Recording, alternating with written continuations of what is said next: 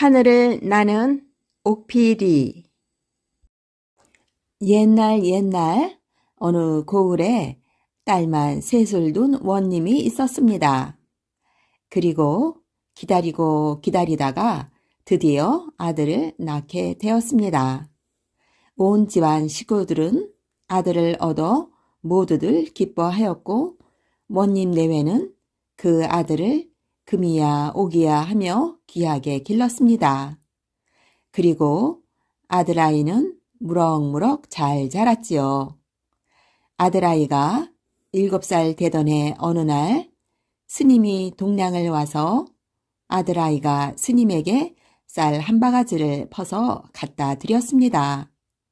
스님이 아들아이를 물끄러미 보시더니 가엾기도 하지. 아이가 명을 짧게 타고났구나. 원님이 이 말을 듣고 깜짝 놀라 스님을 따라가 물었습니다. 아니, 스님, 그게 무슨 소리요? 예, 아드님은 12살에 호랑이에게 물려 죽을 팔자입니다. 이런 변이 있나? 스님, 이 아이의 팔자를 바꿀 무슨 방도가 없겠소? 스님은 한참 생각하더니 이렇게 말을 했습니다. 저를 따라가게 하시지요. 그러면 부처님의 공덕으로 아마도 죽음은 면할 수 있을 겁니다. 원님 내외는 아들아이의 운명을 바꾸기 위해 할 수 없이 슬피 울며 아들아이를 스님과 함께 보내기로 하였습니다. 그리고 이 다음에 만나도 서로 알아볼 수 있게 금실, 은실로 수놓은 비단옷 한 벌을 주었답니다. 원님의 아들은 스님을 따라 깊은 산속으로 들어갔습니다.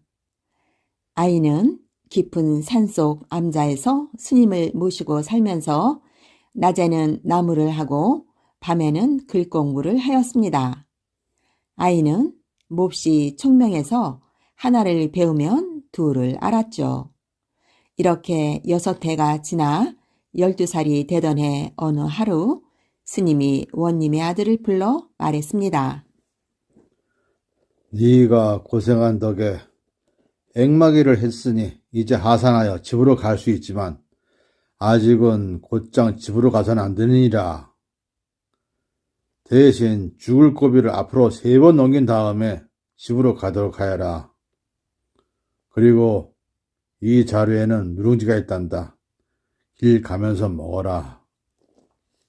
이러시면서 아이를 떠나 보냈습니다. 원님의 아들은 스님을 뒤로하고 한참을 걸어가는데 등 뒤에서 사람의 말소리가 들려왔습니다. 얘야, 먹을 것 좀 더. 그래서 뒤를 돌아보니 커다란 호랑이가 있는 거예요. 원님의 아들은 깜짝 놀랐지만 대담하게 말했습니다. 시장하시다니 여기 있어. 이 누룽지나 드시오. 호랑이는 누룽지를 맛있게 먹더니 고맙다고 꼬리를 흔들며 가버렸습니다. 이렇게 해서 죽을 고비를 한번 넘긴 거구나. 그리고 나서 원님의 아들은 한참을 더 걸었습니다. 날이 어두워져 어디 머물 곳을 찾고 있는데 저 멀리에서 불빛이 깜빡깜빡 하는 것이 보였습니다. 옳지. 저 집에 가서 재워달래야지. 하고 얼른 가보니 다 쓰러져가는 초가집이 한 채 있었습니다. 그런데 아무리 불러도 대답이 없기에 방 안을 들여다보니까 글쎄 방바닥에 옥필이 하나만 달랑 있는 겁니다. 그래서 원님의 아들은 조심스레 방으로 들어가 옥필이를 들고 밖으로 나오는데 갑자기 초가집이 우지직 폭삭 무너지는 거예요. 어휴, 큰일 날 뻔했네. 가만. 이렇게 하면은 죽을 고비를 2번 넘겼구나. 다행이다. 날이 밝자 원님의 아들은 옥필이를 불어보았습니다. 눈을 감고 음률에 맞춰 몸을 가볍게 했더니 몸이 하늘로 둥둥 떠오르는 거예요. 그리고 다시 눈을 감고 그만 내려갔으면 하고 바랐더니 스르르 내려가는 거예요. 원님의 아들은 보물 옥피리를 얻었구나 생각하고 신이 나서 산을 내려왔습니다. 원님의 아들은 빨리 집으로 가 가족들을 만나고 싶었지만 스님의 말씀대로 아직 한 번 더 죽을 고비를 넘어야겠기에 딸이 셋 있는 어느 부잣집을 찾아가 머슴살이를 청했습니다. 그 주인은 원님의 아들에게 말 먹이는 일을 맡겼고 원님의 아들은 말을 잘 보살폈습니다. 날마다 산으로 말을 몰고 가 풀어놓고 말들에게 마음껏 풀을 뜯어먹게 하였더니 말들은 살이 찌고 날쌔게 되었답니다. 어느 날 주인집 큰 댁에 환갑 잔치가 있는 날이었습니다. 그래서 그곳으로 가기 위해 원님의 아들은 식구 수대로 말을 끌어다 놓았습니다. 그런데 큰딸과 작은딸이 짜증을 냈지요. 아니, 이 큰 말을 나더러 어떻게 타라는 거야? 원님의 아들은 얼른 등을 갖다 대었습니다. 큰딸과 작은딸은 등을 밟고서 말을 타는데 이걸 보고 막내딸이 원님의 아들을 꾸짖는 거예요. 아니, 사내 대장부가 창피하지도 않소? 그리고 식구들은 모두 잔칫집으로 떠났습니다. 원님의 아들은 헌옷을 벗고 말끔히 세수를 하고 금실과 은실로 수놓은 비단옷을 꺼내 입었습니다. 그러고는 가장 좋은 말을 타고 옥피리를 풀었습니다. 비단옷을 입고서 환갑 잔치집에 가려는 거였지요. 말은 하늘로 올라가더니 훨훨 날아서 잔치집으로 갔답니다. 잔치집에 있던 사람들은 말을 타고 하늘에서 내려오는 원님의 아들을 보고 소리쳤습니다. 신선이다, 신선. 신선이 내려온다. 어휴, 신선이야, 신선. 그러자 마루에 있던 사람, 방에 있던 사람들이 죄다 마당으로 나오는 거예요. 원님의 아들은 점잖게 말에서 내려와 환갑 맞은 노인이 권하는 술을 한 잔 마시고는 다시 피리를 불며 하늘로 올라갔답니다. 그리고 집으로 돌아와 헌옷으로 갈아입고 평소와 같이 말을 돌보고 있었습니다. 돌아온 식구들은 잔치집에서 젊은 신선을 보았다고 야단이었습니다. 그렇지만 막내 딸만은 원님의 아들을 알아보았습니다. 그동안 몰라보았으니 용서해 주세요. 그리고 앞으로는 제 방에 놀러 오셔서 재미난 이야기 많이 해주세요. 그런데 원님의 아들이 막내딸 방에 찾아가 노는 것을 본 언니들이 아버지에게 고자질을 하였답니다. 주인은 원님의 아들과 막내딸을 불러 호통을 쳤습니다. 남녀 7세 부동석이라 하였거늘. 그리고 특히 주인집 딸과 머슴이 한 방에서 이희낙낙하고 있으니 너희들은 죽어 맞다 하느니라. 그러면서 주인은 망나니를 불러 두 사람을 죽이라고 했습니다. 망나니가 칼로 두 사람을 막 치려고 할 때 원님의 아들이 소리쳤습니다. 주인어른, 마지막 소원이니 제가 먹인 말을 한 번만 타게 해주십시오. 주인이 허락을 하자 원님의 아들은 말에 올라타서 품속에 있는 옥피리를 꺼내 입에 대고 풀었습니다. 그러면서 얼른 옆에 있던 막내딸의 손을 잡았죠. 말은 두둥실 하늘로 떠올랐습니다. 자, 이렇게 해서 3번의 죽을 고비를 다 넘긴 거야. 둘은 말을 타고 훨훨 날아서 고향 집으로 갔습니다. 원님의 아들은 집에 들어가기 전에 금실, 은실에 비단옷을 갈아입고 집 안으로 들어갔습니다. 갑자기 웬 젊은 청년이 집에 들어와 식구들 모두 놀랐는데 아들에게 주었던 비단 옷을 확인한 후 반갑게 맞이하였습니다. 원님의 아들은 부모님께 큰 절을 하고 그동안에 있었던 일을 죄다 말씀드리고 데려온 막내딸을 부모님께 인사를 시켰습니다. 그래서 원님은 아들이 데리고 온 막내딸과 혼인을 시키고 아들 내외는 딸과 아들 딱 둘만 낳고 오래도록 행복하게 잘 살았답니다. 우렁이 각시. 옛날에 어떤 젊은이가 혼자 살았어요. 혼자 밥 먹고 혼자 잠자고 혼자 농사 지으며 외롭게 살았어요. 하루는 이 젊은이가 논을 갈면서 이 논을 갈아서 누구랑 먹고 사나 혼자 심심해서 중얼거렸는데 나랑 먹고 살지 누구랑 먹고 살아요? 대뜸 이런 소리가 들려왔어요. 깜짝 놀라 사방을 둘러봐도 아무도 없기에 한 번 더 말해봤어요. 이 논을 갈아서 누구랑 먹고 사나? 나랑 먹고 살지 누구랑 먹고 살아요? 이 논을 갈아서 누구랑 먹고 사나? 나랑 먹고 살지 누구랑 먹고 살아요? 이렇게 자꾸 주고받으며 소리나는 쪽을 가만히 들여다보니 글쎄 밤톨만한 우렁이가 빤히 쳐다보고 있었어요. 야, 진짜로 얘가 말을 했나? 하도 신기해서 우렁이를 집으로 가져와 물동이 속에다가 잘 넣어두었어요. 이튿날 젊은이가 들에 나가서 종일 일을 하고 돌아왔는데 밥에 국에 반찬에 먹음직스러운 밥상이 마루 위에 떡하니 차려져 있었어요. 아니, 이걸 누가 차려놓았지? 젊은이는 놀랐지만 배가 고파 만나게 먹었어요. 그런데 그 다음 날도 날마다 밥상이 차려져 있는 거예요.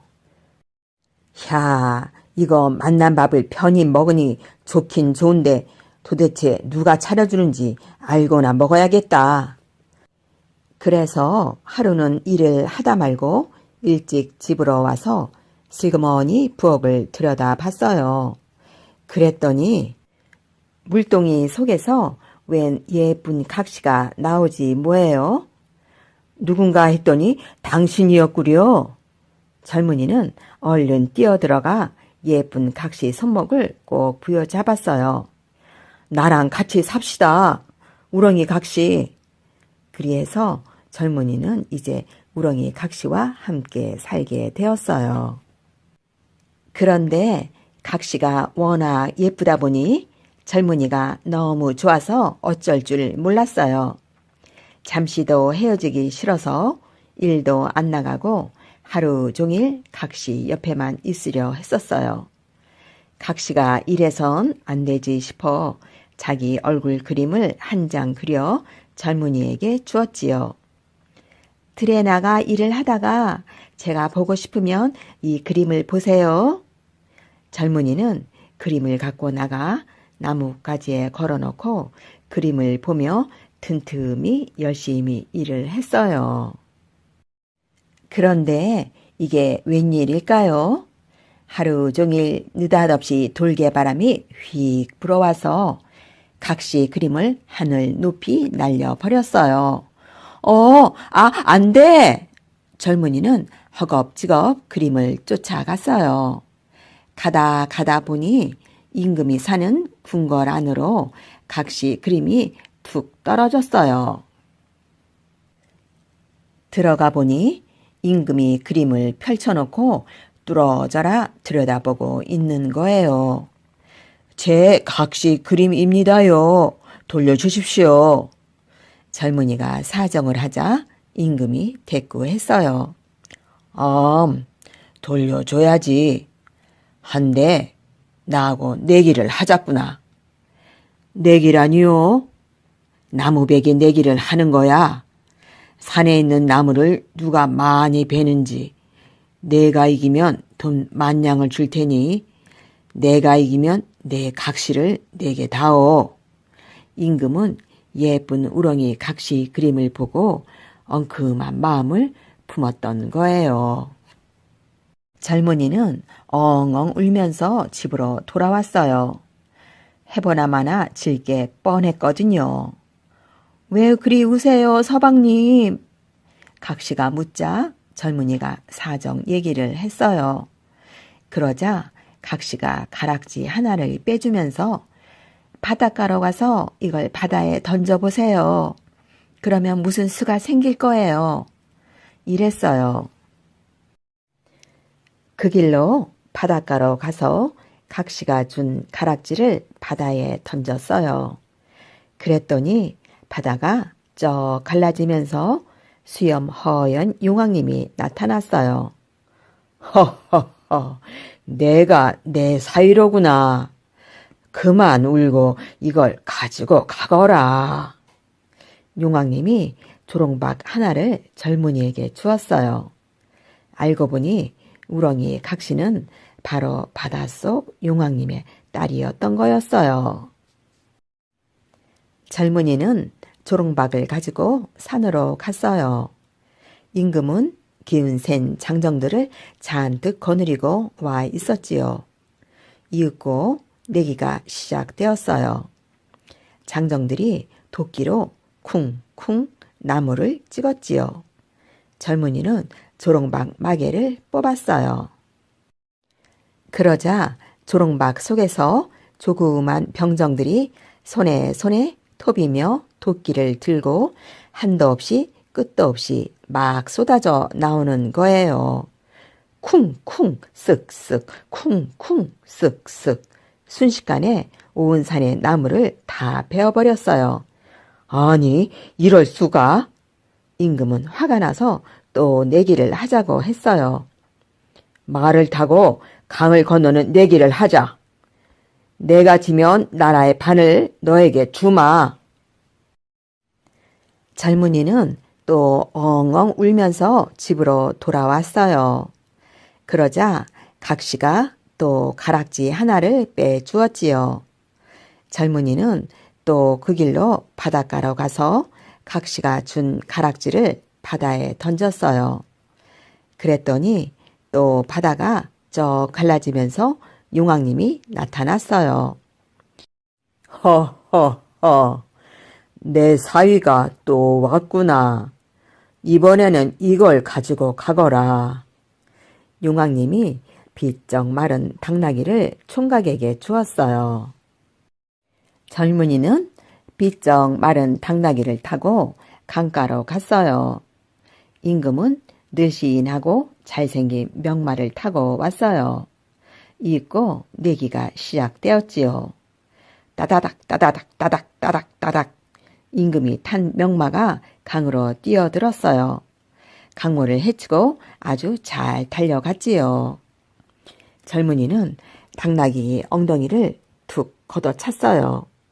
그러자 당나귀가 벌쩍 뛰더니 그 넓은 강을 그냥 훌쩍 건너버렸어요. 아니, 이럴 수가? 임금은 화가 나서 또 내기를 하자고 했어요. 배를 타고 바다를 건너는 내기를 하자. 내가 지면 이 나라를 몽땅 너에게 주마. 젊은이는 또 엉엉 울면서 집으로 돌아왔어요. 그러자 각시가 또 가락지 하나를 빼주었지요. 젊은이는 또 그 길로 바닷가로 가서 각시가 준 가락지를 바다에 던졌어요. 그랬더니 또 바다가 쩍 갈라지면서 용왕님이 나타났어요. 허허허, 내 사위가 자꾸자꾸 오는구나. 이번에는 이걸 가지고 가거라. 용왕님이 다 낡은 조각배를 젊은이에게 주었지요. 젊은이는 다 낡은 조각배를 타고 내기 장소로 갔어요. 임금은 큰 도시 몇 개나 달린 커다란 배를 타고 왔어요. 이윽고 내기가 시작되었지요. 임금은 돛을 모두 펴고 쏜살같이 바다로 달려나갔어요. 젊은이는 삐걱삐걱 노를 저어 쫓아가려 했지요. 그런데 그때였어요. 갑자기 하늘 저 멀리 먹구름이 몰려오고 있었어요. 우르릉 쾅쾅 번개가 치고 비바람이 막 거세게 불고 파도가 산더미처럼 크게 일어서 임금이 탄 배를 확 뒤집어 놓는 거예요. 촥 철썩, 촥 구르릉 쾅쾅, 우르릉 쾅. 그러고 나서 꼭 거짓말같이 바다가 다시 잠잠해졌어요. 임금이랑 큰 배는 어디로 갔는지 보이지도 않았어요. 그러면 젊은이는 어찌 되었을까요? 나라를 몽땅 차지해서 임금이 되었을까요? 아니랍니다. 혹시라도 임금이 헤엄쳐 나와 또 내기를 하자 그럴까봐 얼른 집으로 도망쳐 왔대요. 와서 예쁜 우렁이 각시랑 아들 낳고 딸 낳고 콩도 볶아 먹고 엿도 구워 먹으면서 깨소금 맛으로 재미나게 잘 살았대요. 땅속 나라 도둑 괴물. 옛날 새 신랑이 있었어요. 새 신랑은 색시집에서 혼례식을 하고 씩씩하게 집으로 돌아가고 있었지요. 예쁜 색시는 가마에 태우고 말이에요. 그런데 갑자기 하늘이 깜깜해지더니 무엇인가 휙 하고 지나갔어요. 새신랑은 깜짝 놀라 들어 자빠졌지요. 새신랑이 정신을 차리고 보니 가마에 타고 있던 색시가 보이지 않아 하늘이 무너지는 것 같았지요. 그런데 땅바닥에 커다란 발자국이 나 있었어요. 옳지. 이 발자국을 따라가면 색시를 찾아올 수 있겠다. 새신랑은 색시를 찾으려고 발자국을 따라갔어요. 새신랑은 길을 가다가 돌 깨는 석수장이와 나무꾼과 바구니 짜는 사람을 만났어요. 모두 마누라와 딸과 누이 동생이 없어졌대요. 그 사람들도 없어진 식구를 찾겠다고 새신랑과 함께 길을 나섰지요. 네 사람은 발자국을 따라 산을 넘고 물을 건너 아주 깊은 산속으로 들어갔어요. 이윽고 커다란 바위 앞에서 발자국이 뚝 끊어졌는데 그 바위 밑에 뭔가 있는 것 같았어요. 그래서 석수장이가 정과 망치를 꺼내 탕탕 바위를 깨기 시작했지요. 사흘 밤낮이 걸려 바위를 다 깨고 보니 땅 밑으로 굴이 나 있는 거예요. 굴 속은 청길 낭떠러지로 그대로는 들어갈 수가 없었어요. 그래서 나무꾼은 칡 덩굴을 걷어와 밧줄을 꼬았지요. 사흘 밤낮을 꼬아서야 밧줄이 겨우 글바닥에 닿았어요. 그동안 바구니 짜는 사람은 사람이 들어갈 만큼 커다란 바구니를 하나 짰어요. 맨 먼저 석수장이가 바구니를 타고 내려가는데 깜깜한 굴 속으로 내려가자니 무서워서 금방 올라와 버렸지요. 다음에는 나무꾼이 바구니를 타고 내려가는데 반쯤 내려가다가 무서워서 더는 못 가겠는 거예요. 그 다음에는 바구니 짜는 사람이 다시 내려가는데 이 사람은 반 넘어 내려가다가 벌벌 떨며 올라왔어요. 이번에는 새신랑이 바구니를 타고 내려갔지요. 자기가 다시 돌아올 때까지 기다려 달라고 신신당부를 하고 말이에요. 새신랑이 바구니를 타고 내려가는데 깜깜한 굴 속은 한없이 내려가는 거예요. 새신랑도 무서운 마음이 들었지만 꾹 참았지요. 굴 바닥에 내려가 보니 굴속은 훤하고 아주 넓은 벌판인데 그 가운데 고래등 같은 기와집이 있었어요. 새신랑은 조심조심 우물가로 가서 버드나무 위에 올라갔어요. 조금 있으니 대문이 삐걱 열리더니 젊은 여자가 물을 기르러 우물가로 왔어요. 새신랑이 가만히 보니 바로 자기 색시였어요. 새신랑은 버들잎을 한 움큼 따서 물동이에 떨어뜨렸어요. 바람도 없는데 웬 버들잎이 떨어지지? 색시가 나무 위를 올려다보니 새신랑이 나무 위에서 여보, 내가 당신을 구하러 왔소 하고 말하는 거예요. 색시는 그 말을 듣고 반가워서 눈물까지 글썽이었지요. 서방님, 도둑괴물은 아주 힘이 세답니다.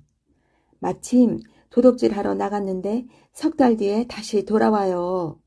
그때까지 힘을 길러 도둑괴물을 물리치세요. 색시는 새신랑을 집 뒤로 데리고 가서 도둑괴물이 공기놀이를 하는 바윗돌을 보여주었어요. 새신랑이 그중 제일 작은 거를 골라서 들어보는데 바윗돌이 꿈쩍도 하지 않았어요. 그래서 색시가 부엌으로 뛰어가더니 산삼 달인물을 가져왔어요. 서방님, 이 물을 마시면 힘이 세어져요. 정말 색시의 말대로 새신랑이 그 물을 마시고 바위를 들려고 하니 꿈쩍도 않던 바위가 끄덕끄덕 움직여 이렇게 해서 새신랑은 날마다 산삼달인 물을 마시고 바위를 들어가며 힘을 길렀어요. 처음에는 움찔움찔 움직이던 바위를 차츰 번쩍번쩍 들 수 있게 됐고 나중에는 휙 던지고 덥석 받는 공기놀이도 할 수 있게 되었지요. 새신랑은 또 날마다 무술을 닦아서 칼도 번개같이 쓰고 한번 뛰면 하늘 높이 나를 수 있게 되었어요. 그러는 사이 석 달이 지나갔지요. 어느 날 멀리서 우르르르르 하는 천둥소리가 들려 그 소리를 듣고 색시가 서방님, 도둑괴물이 지금 백리 밖에 왔어요 하는 거예요. 조금 있으니 우르르르르 딱딱 하고 더 큰 소리가 났어요. 도둑괴물이 십리 밖에 왔네요 하고 색시가 말하는데 우르릉 쿵 하고 벼락치는 소리와 함께 도둑괴물이 금세 마당에 나타나는 거예요. 내 놈은 누구냐? 도둑괴물이 새신랑을 보고 외쳤죠. 나는 이 색시의 남편이다. 너를 죽이러 왔다. 새신랑은 칼을 뽑아들고 도둑괴물에게 덤벼들었어요. 둘이 맞붙어 싸우는데 얼마나 날쌘지 싸우는 모습이 아예 보이지도 않았어요. 그저 쩡그렁쩡그렁 칼이 부딪히는 소리와 휙 바람 가르는 소리만 났지요. 둘이 그렇게 한참을 싸우는데 도대체 승부가 나지 않았어요. 그래 이번에는 하늘 위로 날아 올라가서 싸웠지요. 색시는 마당가에 서서 마음을 졸이며 하늘만 쳐다보았어요. 툭 하고 다리 하나가 땅에 떨어졌어요. 새신랑이 도둑괴물의 다리를 자른 거예요. 그런데 잘린 다리가 펄떡펄떡 뛰더니 다시 위로 올라가 제자리에 척 붙지 뭐예요. 조금 뒤에 툭 하고 머리가 떨어지는데 모두 괴물의 머리였어요. 잘린 머리가 도둑괴물의 목에 붙으려고 마당에서 펄떡펄떡 뛰었지요. 그것을 보고 색시가 얼른 아궁이에 재를 퍼와서 도둑괴물의 머리에 뿌려버렸어요. 그러니까 도둑괴물의 머리는 도로 붙지 못하고 머리가 붙지 못하니까 도둑괴물은 죽어버렸어요. 도둑괴물을 물리치고 나서 새신랑과 색시는 집안을 샅샅이 살폈지요. 어떤 창고에는 곡식이 산더미처럼 쌓여 있고 어떤 창고에는 온갖 보물이 그득했어요. 마지막으로 한 창고를 여니 거기에는 없어진 사람들이 갇혀 있었어요. 석수장의 마누라도 있고 나무꾼의 누이 동생도 있고 바구니 짜는 사람의 딸도 있었어요. 다른 사람들도 많이 잡혀와 있었지요. 새신랑은 색시와 함께 그 사람들을 모두 구해내고 곡식과 보물도 골고루 나누어 가졌지요. 그리고 처음에 내려온 곳으로 가서 다시 바구니를 타고 굴 밖으로 나왔어요. 그때까지 굴 밖에서 기다리던 세 사람이 바구니를 끌어올려준 것이지요. 이렇게 해서 모두 제 식구를 만나 얼싸안고 기뻐했답니다. 새신랑과 색시도 나란히 집으로 돌아가서 알콩달콩 재미있게 잘 살았대요. 효자와 눈썹 없는 호랑이. 옛날도 아주 먼 옛날이었어요. 호랑이가 사는 깊은 산, 그 산자락 외딴 집에 할어머니와 나무꾼 아들이 살고 있었어요. 아들은 산에서 나무를 베어 장에 내다 팔았어요. 그래서 두 식구가 겨우 먹고 살았는데 그 아들이 효자였어요.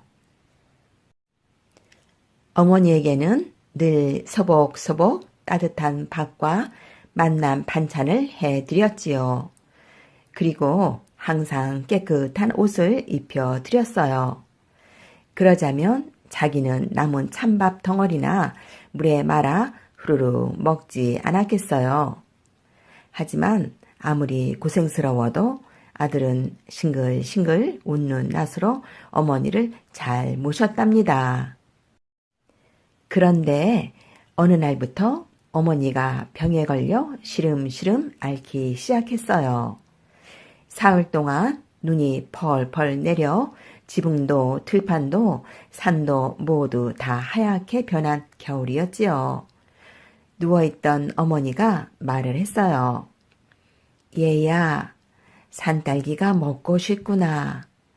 산딸기만 먹으면 내 벌떡 일어나 앉을 수 있을 것 같은데. 그러나 한겨울에 산딸기가 어디 있겠어요. 그래도 아들은 발이 푹푹 빠지는 눈 덮인 산을 이리저리 헤매고 다녔지요. 기어이 산딸기를 찾으려고 말이에요. 눈발이 얼굴을 마구 때렸지요. 발도 손도 꽁꽁 얼었답니다. 마침내 더 이상 걷지도 못하게 되었을 때였어요. 갑자기 눈앞에 꽃이 가득 핀 작은 밭이 나타났어요. 이상하게 그 꽃밭 위로는 눈도 내리지 않았지요. 마치 따뜻한 봄날인 듯 그 자리만 말이에요. 그 신비한 꽃밭 한가운데 빨간 산딸기가 탐스럽게 열려 있었어요. 아들은 산딸기를 정성스럽게 따서 조심조심 집으로 돌아왔어요. 어머니는 너무 기뻐했지요. 이 겨울에 산딸기를 정말로 구해오다니 고맙구나. 하지만 어머니의 병은 갈수록 깊어졌지요. 아들은 용하다는 의원을 모셔왔어요. 찬찬히 어머니를 살펴본 의원이 고개를 가로저었지요. 에그, 자네 어머니의 병은 살아있는 호랑이의 눈썹을 다려 먹어야만 낫는 희한 병이라네. 호랑이의 눈썹을 대체 무슨 수로 구하겠나. 아들은 보찜을 싸서 둘러매고 산으로 들어갔지요. 자기 목숨을 버리고서라도 어머니를 구하리라는 굳게 결심을 하고서 말이에요. 하루, 이틀, 사흘, 호랑이가 산다는 골짜기로 점점 더 깊이 들어갔지요. 한 곡에 넘고 두 곡에 넘고 세 곡에 넘으니 엉 하는 호랑이 울음소리가 골짜기에 울렸어요. 아들은 호랑이를 찾아 두리번거렸어요. 그 순간 호랑이 한 마리가 눈을 부릅뜨고 달려드는데 눈에서는 불길이 이글이글 되는 것 같았지요. 어지간한 사람이면 기절을 했을 거예요. 그런데 아들은 겁을 내기는커녕 반가운 듯이 호랑이님, 호랑이님 만나고 싶었습니다 하고 소리치는 게 아니겠어요? 뭐 이런 놈이 다 있나 하고 갸우뚱 쳐다보는 호랑이에게 아들은 사정 이야기를 했지요. 아주 간곡하게 말이에요. 호랑이님의 눈썹을 얻어 우리 어머니 약으로 드릴 수만 있다면, 그렇게 해서 어머님이 살아나실 수만 있다면 저는 기꺼이 호랑이님의 밥이 되겠습니다. 아들은 엎드려서 빌었지요. 아주 정중하게 말이에요. 그런데 그 모습을 가만히 지켜보던 호랑이가 갑자기 눈물을 철철 흘리지 뭐예요. 너를 보니 병들어 돌아가신 우리 어머니가 생각이 나는구나. 내가 너처럼 효자였다면 어머니를 살릴 수 있었을 텐데. 호랑이가 등을 납작 낮췄어요. 아들더러 올라타라는 거겠지요. 아들이 호랑이 등에 올라타니 호랑이가 쌩 하고 바람처럼 빨리 달렸어요. 아들이 사흘 걸려 넘은 산고개를 단박에 넘지 뭐예요. 하나, 둘, 셋 할 동안 말이에요. 효자를 태운 호랑이는 금세 산자락에 집에 닿았어요. 호랑이는 국달한 눈썹을 뚝뚝 떼더니 아들에게 줬지요. 호랑이 눈썹을 받아든 아들은 큰절을 했지요. 호랑이님, 문 밖에서 잠시만 기다려 주십시오. 어머니께 이 눈썹을 다려드린 후에 나올 테니 그때 저를 잡아 먹으십시오. 그런데 눈썹 없는 호랑이가 고개를 흔들었어요. 아니다, 아니요. 나는 내게서 큰 걸 배웠어. 나는 앞으로 사람만은 절대로 잡아먹지 않을 테다. 그럼 어머니 모시고 잘 살거라. 호랑이는 올 때처럼 휙 달려 나가버리더니 금방 보이지 않았어요. 호랑이 눈썹을 다려먹고 어머니는 거뜬하게 나았지요. 그 후 아들은 해마다 겨울이면 귀한 꽃과 산딸기를 장에 내다 팔아 잘 살았지요. 왜 그 봄날 같은 꽃밭 있었잖아요. 효자에게만 보이는 꽃밭이었거든요. 그리고 혹시 눈썹 없는 호랑이를 만나거든 효자를 도와준 착한 호랑이라고 생각하면 틀림없이 맞을 것 같네요.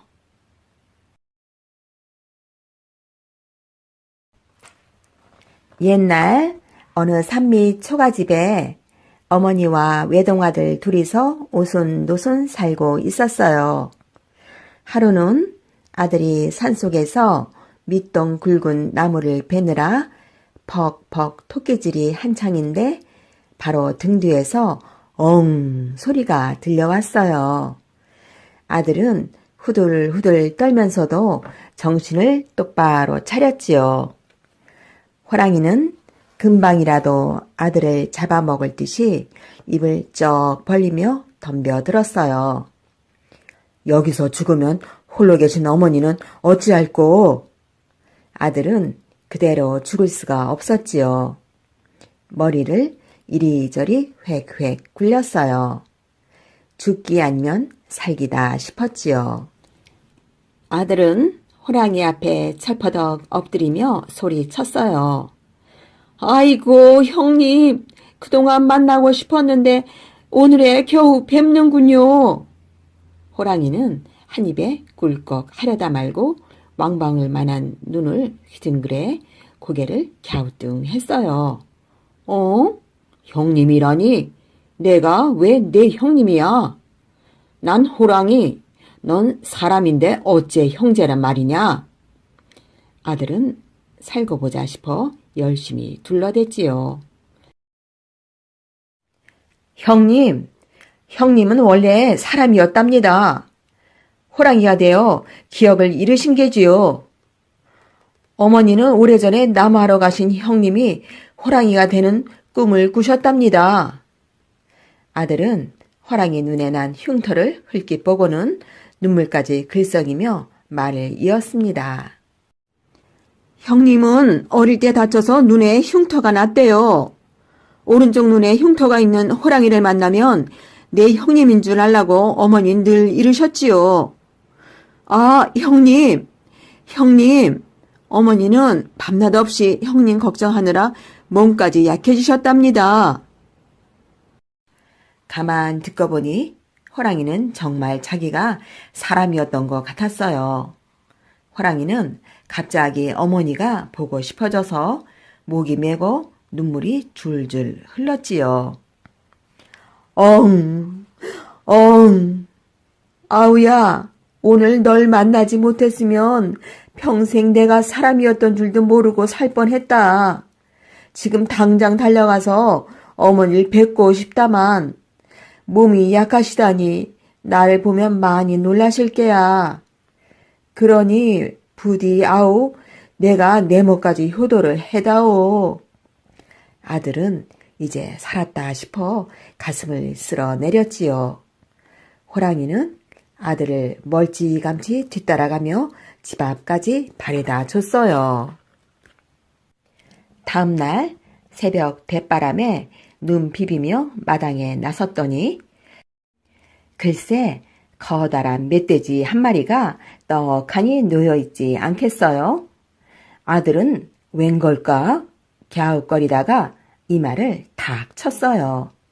아하, 어제 그 호랑이가 어머니 드시라고 갖다 놨구나. 호랑이의 마음 씀씀이가 참 놀랐지 뭐예요. 아들은 호랑이 말대로 어머니를 더 잘 모시리라 결심했어요.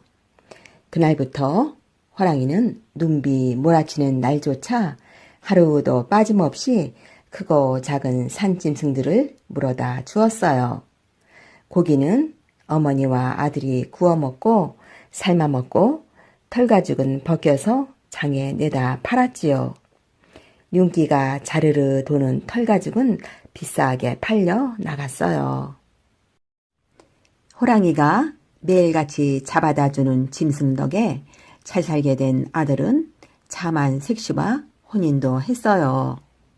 그러다 보니 아들은 마음속 깊이 호랑이를 진짜 형님처럼 여기게 되었어요. 어느덧 세월이 흘렀지요. 어머니는 나이가 들어 그만 몸져 눕고 말았어요. 아들이 온 정성을 기울였지만 어머니는 끝내 세상을 떠나고 말았어요. 아들이 엉엉 목 놓아 우는데 뒷산 골짜기에서는 호랑이 형님이 목 놓아 우는 소리가 몇 날 며칠 이어졌어요. 어머니가 돌아가신 뒤 호랑이는 다시 나타나지 않았어요. 아들은 다시 부지런히 논일 들일을 하며 바삐 살았어요. 아, 형님은 잘 계실까? 보고 싶다. 아들은 남하러 갈 때면 호랑이 형님을 만날 수 있을까? 목을 길게 빼고는 이쪽 저쪽 둘러보곤 했지요. 어머니 제삿날이 다가왔어요. 아들은 술과 고기와 떡을 싸들고 참 오랜만에 어머니 무덤을 찾아갔지요. 그런데 무덤가에 호랑이 형님이 바싹 여윈 채 힘없이 쓰러져 있는 게 아니겠어요? 아이고, 형님, 정신 차리세요. 아들은 호랑이를 껴안고 펑펑 울고 말았어요. 아우야, 너를 보고 눈을 감아 다행이다. 어머니 살아계실 적에 멀리서나마 뵐 때가 그립구나. 그때는 사냥을 해도 어머니께 드릴 거라 즐거웠단다. 호랑이는 결국 눈을 감고 말았어요. 아들은 친형님이 돌아가신 것처럼 울고 또 울었어요. 그리고 호랑이 형님을 어머니 무덤 옆에 나란히 묻어 주었지요. 꼬박꼬박 벌초를 하고 제사도 올려주며 죽을 때까지 호랑이 형님을 잊지 않았대요.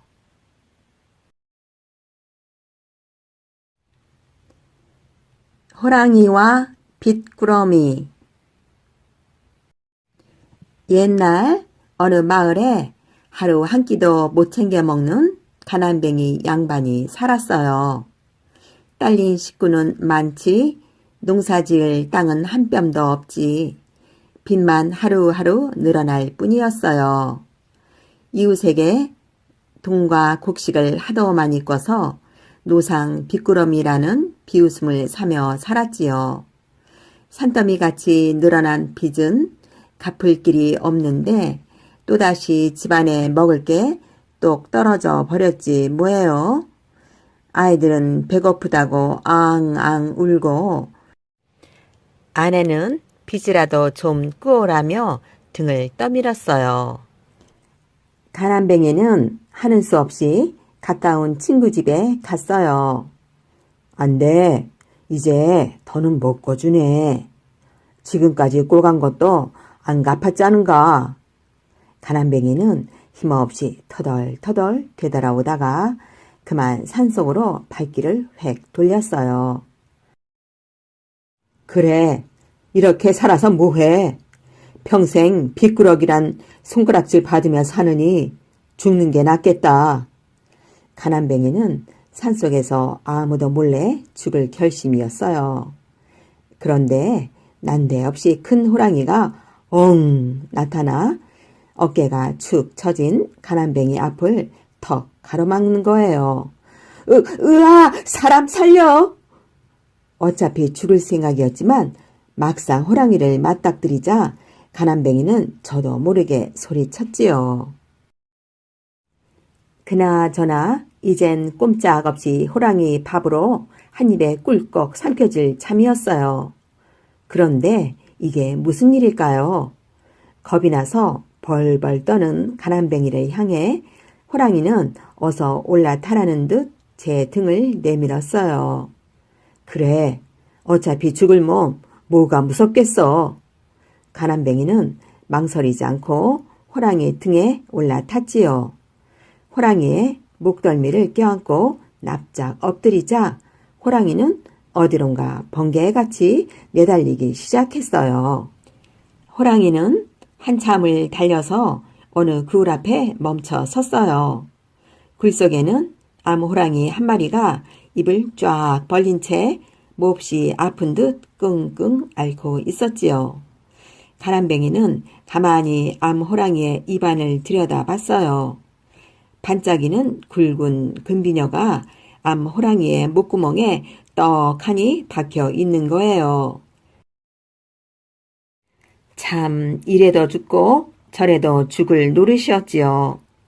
가난뱅이는 두 눈을 딱 감고 덜덜 떨면서 암호랑이 입 안에 팔을 쑥 집어넣어 비녀를 빼주었어요. 그러자 암호랑이는 구부린 목을 쭉 펴더니 금세 기운을 펄펄 차렸어요. 호랑이 부부는 가난뱅이에게 넙죽넙죽 절을 했어요. 암호랑이는 금비녀를 물어다가 가난뱅이 앞에 산뿐 놓았어요. 목숨을 살려준 은혜를 갚겠다는 뜻이었지요. 가난뱅이가 주춤거리며 금비녀를 잡자 호랑이는 아까처럼 가난뱅이를 등에 태웠어요. 호랑이는 쌩하니 가난뱅이를 마을에 데려다 주고는 또다시 꾸벅 절한 다음 냉큼 산으로 되돌아갔어요. 가난뱅이는 금비녀를 팔아 빚을 다 갚을 수 있었어요. 죽을 걸 살았으니 뭔 일이든 못할까? 열심히 살아야지. 가난뱅이는 그날 이후 죽기 살기로 열심히 일해서 잘 살게 되었답니다. 눈썹 뽑은 호랑이. 옛날 산자락 외딴 집에 맘씨 착한 나무꾼 총각이 늙은 어머니를 모시고 살았어요. 총각은 말도 못하게 효자였지요. 겨울이면 어머니가 추울세라 새벽같이 장작을 짚어 방을 데우고, 한여름엔 더울세라 팔이 아프도록 부채를 훨훨 붙여드렸지요. 먹을거리가 떨어지면 풀뿌리라도 캐서 보글보글 죽을 써 상을 차렸어요. 그리 잘 먹고 잘 입지는 못해도 아들이 정성껏 보살핀 덕에 어머니는 얼굴빛이 훤하셨어요. 어느 해 몹시 추운 겨울이었어요. 눈이 계속 내려 온 산이 하얗게 덮였어요. 매서운 칼바람이 문지방을 덜컹덜컹 흔들어대고 문 밖으로 한 발짝만 나서도 눈사람처럼 꽁꽁 얼어버릴 것 같았지요. 어머니는 찬바람을 잘못 쐰 탓인지 알 수 없는 병에 걸렸어요. 꼼짝 못하고 시름시름 알아누운 어머니는 펄펄 불덩이 같은 열에 시달렸어요. 급히 용한 의원을 모셔왔지만 딱하다는 듯이 그저 고개를 내저었지요. 에그, 자네 어머니 병은 호랑이 눈썹을 다려 먹어야만 낫는 병일세.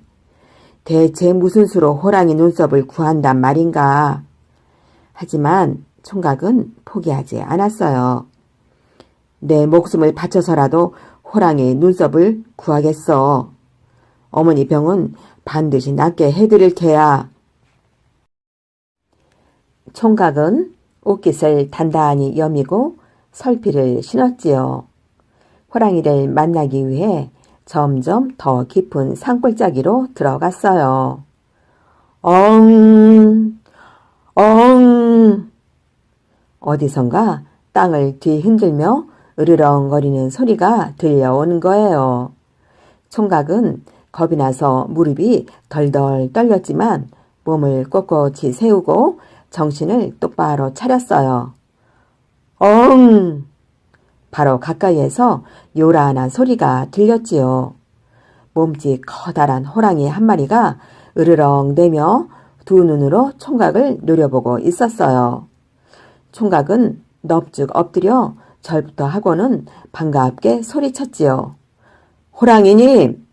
호랑이님! 드디어 만나게 되었군요. 어라? 요놈 좀 보게. 호랑이는 기가 딱 찼지요. 어쩌다 만나는 사람들은 으르렁거리는 소리만 듣고도 걸음아 나살려라 청길만길 내빼기 바빴거든요. 언제나 그런 모습만 보다가 당돌하게 인사부터 하는 총각이 도리어 신기했지요. 총각은 간절하게 입을 열었어요. 호랑이님, 부탁이 있어서 찾아왔습니다. 호랑이는 눈을 끔뻑끔뻑 총각이 하는 말을 들어보기로 했지요. 우리 어머니께서 큰 병에 걸리셨는데 호랑이 눈썹을 다려 먹으면 나을 수 있답니다. 호랑이님 눈썹을 얻어 어머니께 다려드린 다음 제 목숨을 호랑이님께 바치겠습니다. 호랑이는 엎드려 비는 총각을 가만히 내려다보더니 갑자기 눈물을 툭툭 떨어뜨렸어요. 너를 보니 병들어 돌아가신 어머니가 생각나는구나. 내가 너처럼 목숨을 아끼지 않는 효자였다면 지금 어머니가 살아계실지도 모르지. 호랑이는 몸을 납작 낮춰 총각을 등에 태우고는 산 아래로 쏜살같이 내달렸어요. 자, 이 눈썹을 어머니께 다려드려라. 호랑이는 총각에게 굵은 눈썹을 쑥 뽑아 주었어요. 총각은 문 앞에서 호랑이에게 말했지요. 호랑이님, 호랑이님, 고맙습니다. 잠시만 여기서 기다리십시오. 어머니께 이 눈썹을 다려드리고 나올 테니 그때 저를 잡아먹으세요. 호랑이는 고개를 천천히 가로저었어요. 아니다, 아니다. 나는 사람인 댁에서 큰 걸 배웠다. 앞으로도 사람만은 잡아먹지는 않을 것이다. 그러니 어머니 모시고 잘 살도록 해라. 호랑이는 몸을 돌려 산속으로 휙 달려갔어요. 총각은 호랑이가 사라진 쪽을 향해 큰 절을 올렸어요. 어머니는 호랑이 눈썹을 달인 약을 먹고 씻은 듯이 병이 나았지요. 그 뒤로 총각은 어머니와 잘 살았고 눈썹 빠진 호랑이도 오래오래 잘 살았대요. 삼형제 이야기. 아주 먼 옛날 어느 산골 마을에 의저운 삼형제가 살고 있었어요. 삼형제 중 첫째는 두레였고 둘째는 수레, 막내는 결애였어요. 가진 땅은 얼마 되지 않았지만 삼형제는 부지런해서 그다지 가난하지는 않았습니다. 삼형제는 떡 한 개가 생기더라도 꼭 세 조각으로 나누어 먹었어요. 일을 가장 많이 하는 둘의 형님이 큰 걸 드세요. 아니다. 굳은 일을 도맡아 하는 수레가 큰 걸 먹어야지. 아닙니다. 형님, 막내인 결애가 많이 먹어야 빨리 크지요. 마을 뒷산에는 산신령이 살고 있었어요. 산신령은 의 좋게 지내는 삼형제를 무척 기특하게 생각했습니다. 농사가 잘 되도록 보살펴줘야지. 그 덕분에 삼형제가 가꾼 곡식과 채소는 언제나 잘 되었어요. 개나리 꽃이 활짝 핀 봄날, 첫째 두레가 윗마을 처녀와 결혼을 했습니다.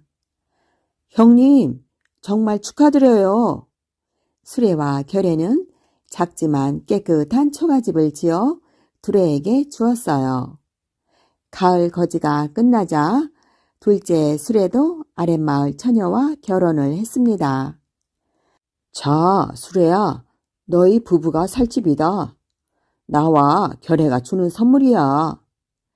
울타리도 없는 초가집 세 채가 옹기종기 모여 있었어요. 이듬해 봄에 두레의 아내가 귀여운 아들 쌍둥이를 낳았어요. 가을에는 수레의 아내가 예쁜 딸을 낳았습니다. 식구가 늘어났으니 더욱 열심히 일을 해야겠다.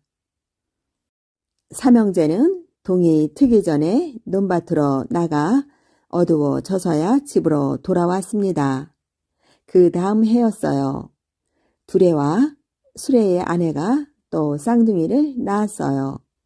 이렇게 해서 식구는 점점 늘어났습니다. 하지만 땅은 여전히 그대로였어요. 삼형제는 차츰 가난에 쪼들리게 되었고 그러다 보니 형제간의 사이도 나빠졌습니다. 이제 두레와 수레는 조그만 일로도 자주 다투었어요. 지난해에는 형님이 보리 한 가마니를 더 가져갔으니 올해에는 제가 더 가져가겠습니다. 우리는 너희보다 식구가 많잖니. 차라리 농사를 따로 짓는 게 낫겠어요. 결애는 다투는 형들 때문에 마음이 아팠습니다. 마침내 삼형제는 땅을 나누어 갖기로 했어요. 제 몫의 땅은 형님들이 가지세요. 저는 강 건너에 있는 돌산을 읽어보겠습니다. 두 형은 기다렸다는 듯이 결애가 내놓은 땅을 나누어 가졌습니다. 그 뒤로 두레와 수레는 서로 아는 척도 하지 않았습니다. 결애는 혼자 힘으로 돌산을 일구었습니다. 결애가 흘린 땀방울이 거름이 되어 풀 한 폭이 자라지 않던 돌산은 기름진 땅으로 변했어요. 결에는 그 땅에 보리를 심었습니다. 몇 달 뒤에는 황금빛 보리가 물결처럼 넘실거리게 되었어요. 결애가 보리를 거두어 들이는 날 두레가 결애를 찾아왔어요. 지금 내가 사는 집은 본디 이 형 거였어. 그러니 집값으로 보리 세 가마니를 다오. 결애는 아무런 불평 없이 보리 세 가마니를 내놓았습니다. 이튿날에는 또 수레가 찾아왔습니다. 보리를 거두어 들였으면 형이 나에게도 몇 가마니 주는 게 도리가 아니겠니? 결애는 수레에게도 보리 세 가마니를 주었습니다.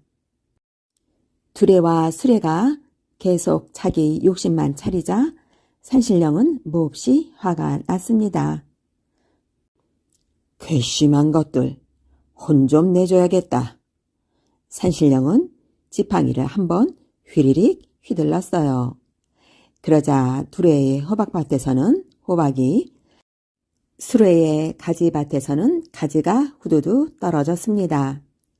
밭에 나갔던 두레와 수레는 깜짝 놀랐어요. 애써 가꾼 호박과 가지가 모두 땅에 떨어져 있었어요. 형님이 그랬을 거야. 수레짓이 틀림없어. 두레와 수레는 서로 삿대질을 하며 다투었어요. 펑! 연기와 함께 산신령이 나타났어요. 이놈들아, 아직도 정신을 못 차렸구나. 호박과 가지를 떨어뜨린 건 바로 나다. 툭하면 다투는 너희들이 못마땅해서 그렇게 한 것이니라. 두레와 수레는 잔뜩 겁을 먹고 어쩔 줄 몰라 했어요. 그러나 너희들이 용서받을 수 있는 기회를 주겠다. 내가 내는 수수께끼를 풀면 호박과 가지를 본래대로 해주겠노라. 두레와 수레는 산신령의 말에 귀를 기울였습니다. 쟁반 위에 놓인 사과 3개를 너희 삼형제가 하나씩 나누어 가지되 그러고 나서도 쟁반 위에는 사과 1개가 남아 있어야 한다.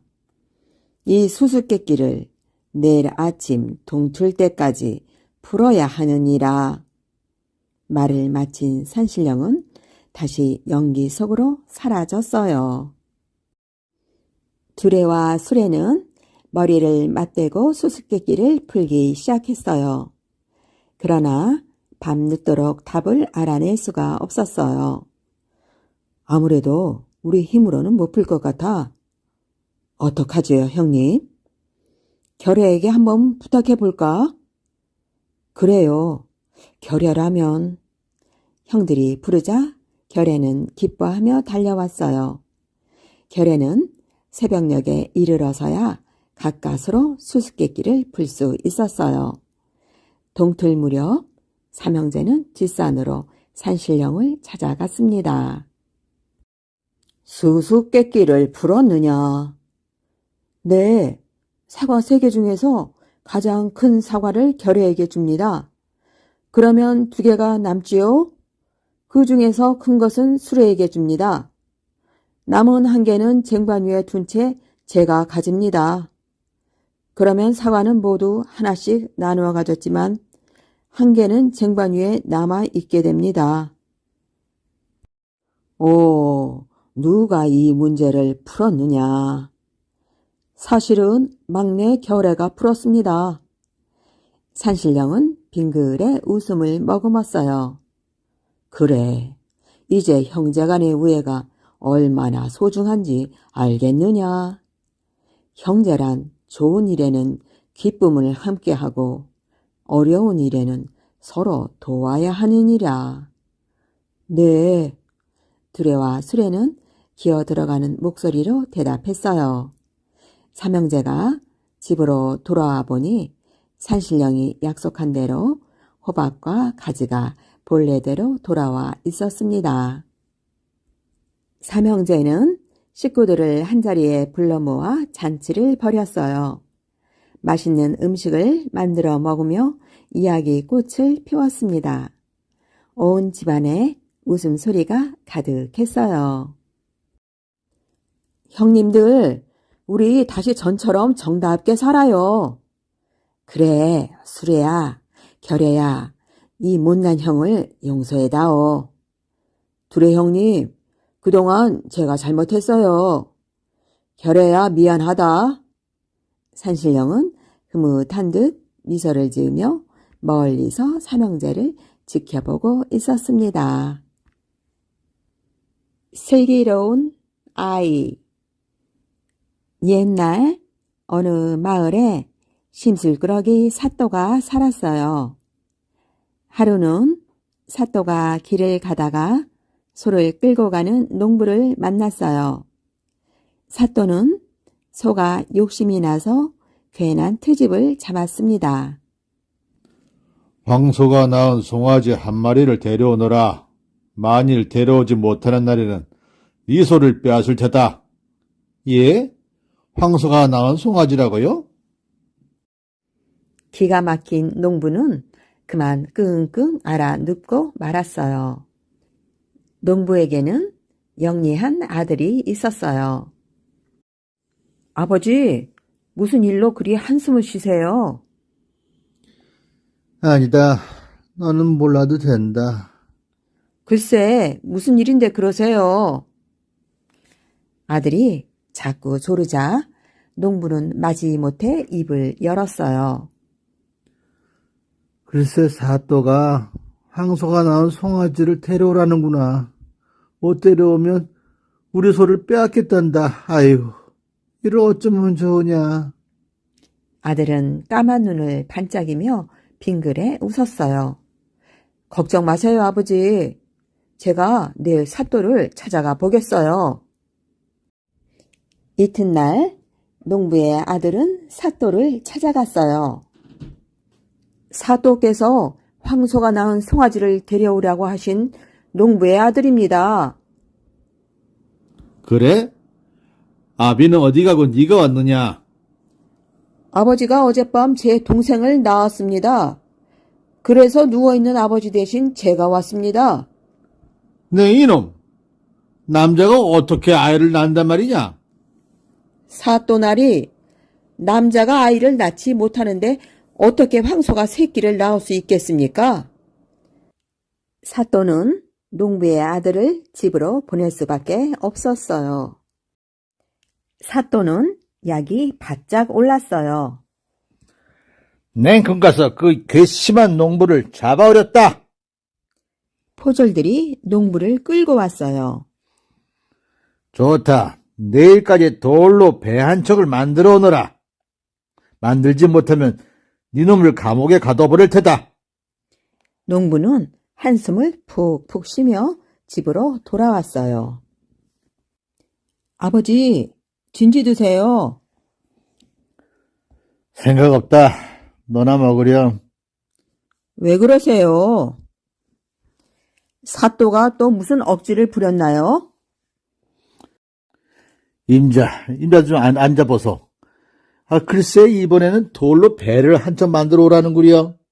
무거운 돌로 어떻게 배를 만단 말이여? 아들은 곰곰이 궁리를 했어요. 걱정 마세요, 아버지. 제게 좋은 생각이 떠올랐어요. 아들이 농부의 귀에다 대고 소곤소곤 이야기하니까 농부의 얼굴이 환해졌습니다. 다음 날 날이 밝자마자 사또는 포졸들을 데리고 농부네 집으로 향했어요. 이번에는 저놈도 별 수 없으렸다. 내가 직접 가서 그놈을 잡아들여야 되겠다. 사또는 기분이 좋아져서 콧노래를 흥얼거리며 길을 재촉했어요. 사또 일행이 길을 가는데 농부가 헐레벌떡 달려왔어요. 사또나리, 돌로 만든 배가 떠내려가고 있습니다. 빨리 모래로 꼰 새끼줄을 가지고 절 따라오십시오. 사또는 버럭 소리를 질렀어요. 이놈아, 모래로 어떻게 새끼줄을 꼰단 말이냐? 어휴, 그렇담 큰일 났네. 모래로 꼰 새기줄이 없으면 돌로 만든 배를 끌고 올 수 없는데. 농부는 고개를 갸웃거리며 사또를 쳐다보았어요. 사또는 그만 땅바닥에 덜썩 주저앉고 말았어요. 사또는 밥도 먹지 않고 잠도 자지 않고 농부를 잡아들일 궁리만 했어요. 이놈을 어떻게 혼내준다. 밖에는 하얀 눈이 펑펑 쏟아지고 있었어요. 눈이 내리는 것을 바라보던 사또는 무릎을 탁 쳤어요. 옳지. 그렇게 하면 되겠군. 사또는 다시 농부를 불렀어요. 갑자기 산딸기가 먹고 싶구나. 혹시 내일까지 산딸기 한 바구니만 따오너라. 만일 빈손으로 들어오면 살아남지 못할 줄 알아라. 농부는 가슴이 철렁 내려앉았어요. 한겨울에 어디 가서 산딸기를 따온단 말인가? 농부는 한숨을 쉬며 터벅터벅 집으로 돌아왔어요. 아버지, 주무시지 않고 무슨 걱정을 그리 하세요? 아니다. 이번에는 너 또 어쩔 수 없는 일을 한다. 무슨 일인데 그러세요, 아버지? 제발 말씀해 주세요. 아들이 조르는 바람에 농부는 입을 열었어요. 글쎄 사또가 이번에는 한겨울에 산딸기를 찾는구나. 산딸기를 따오지 못하면 나를 살려두지 않겠단다. 아들은 곰곰이 궁리를 했어요. 이튿날 아들은 엉엉 울면서 사또를 찾아갔어요. 사또나리, 우리 아버지를 살려주십시오. 어제 산딸기를 따라갔다가 독사한테 물렸습니다. 네 이놈! 한겨울에 독사가 어디 있단 말이냐? 겨울에 산딸기도 있는데 독사가 왜 없겠습니까? 아들은 더 큰 소리로 엉엉 울어댔어요. 아이고 꼴찌야. 알았으니 제발 물러가거라. 사또는 두 손으로 머리를 감싸주며 말했어요. 하하, 잘했다. 정말 잘했어. 농부는 크게 기뻐했어요. 그 뒤로 사또는 두 번 다시 심술을 부리지 않았어요. 영리한 농부의 아들 덕분에 마을 사람들도 아무 걱정 없이 행복하게 살았대요.